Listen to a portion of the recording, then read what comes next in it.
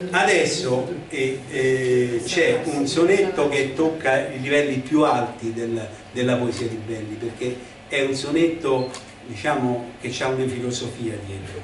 La filosofia è quella che riguarda il vero pellegrino, ma il vero pellegrino non solo il pellegrino che va a chiedere le indulgenze, va ai giubilei o viene comunque a cercare una forma di salvezza, ma il vero pellegrino anche come uomo che in definitiva nell'eternità, nell'infinito del mondo, vive in pochissimo tempo e gira in pochissimo spazio, e quindi abbiamo adesso invece il rapporto con un al di là che ti dovrebbe far veramente riflettere su questo fatto di vivere un frammento rispetto a quello che è l'infinito. E il sonetto è intitolato La golaccia, che vuol dire l'avidità, lo mette in nota Belli stesso.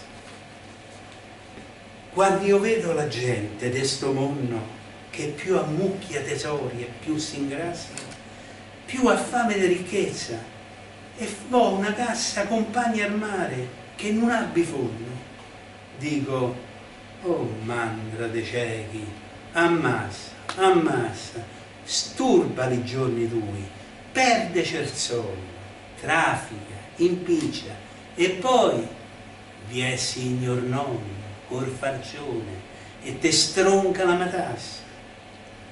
La morte sta nascosta nell'orologio e nessuno può dire: domani ancora sentirò battere mezzogiorno d'oggi.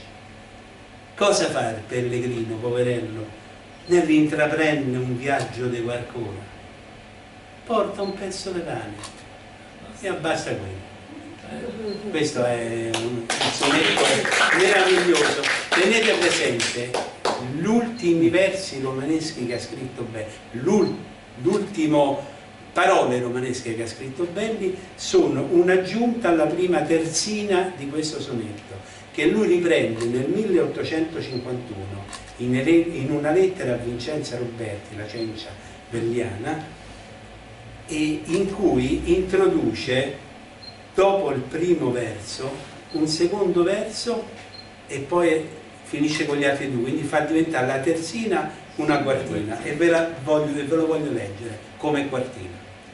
La morte sta, lo scrive in questa lettera: la morte sta nascosta nell'orologi per fermarve le sfere in mezzo all'ora, e nessuno può dire domani ancora sentirò battere il mezzogiorno d'oggi. Questo è veramente altezza poetica. Finisco per riprenderci, ritornare al Papa iniziale, e qui c'è un'immagine colorita che è pure tutta attribuita a quello che è il potere pontificio, e lo vediamo con questa immagine finale. E il Papa, vedete che c'è il triregno con le tre corone appunto e le chiavi, lo stemma papale che poi è sempre quello, li cambiano fra di loro, però sempre ci stanno le chiavi e il triregno. E il Papa, questo è pure divertente, anzi abbastanza. E il Papa: il Dio non vuole che il Papa pigli moglie per non mettere a sto mondo altri papetti, se no i cardinali poveretti gli resterebbe un cazzo da riccogliere. Ma il Papa, a genio suo, può legare e sciogliere tutti i nodi lenti e quelli stretti, ci può scomunicare, fa benedetti e dacci a tutti in dove coglie. E inoltre a questo che lui scioglie e lega, porta tu chiave per darci l'avviso che qua lui opre e lui serve a bottega. Quel terregno che poi pare un sorpreso vuol dire che lui comanda e se ne frega al mondo, in purgatorio e in paradiso. Io qui ho finito.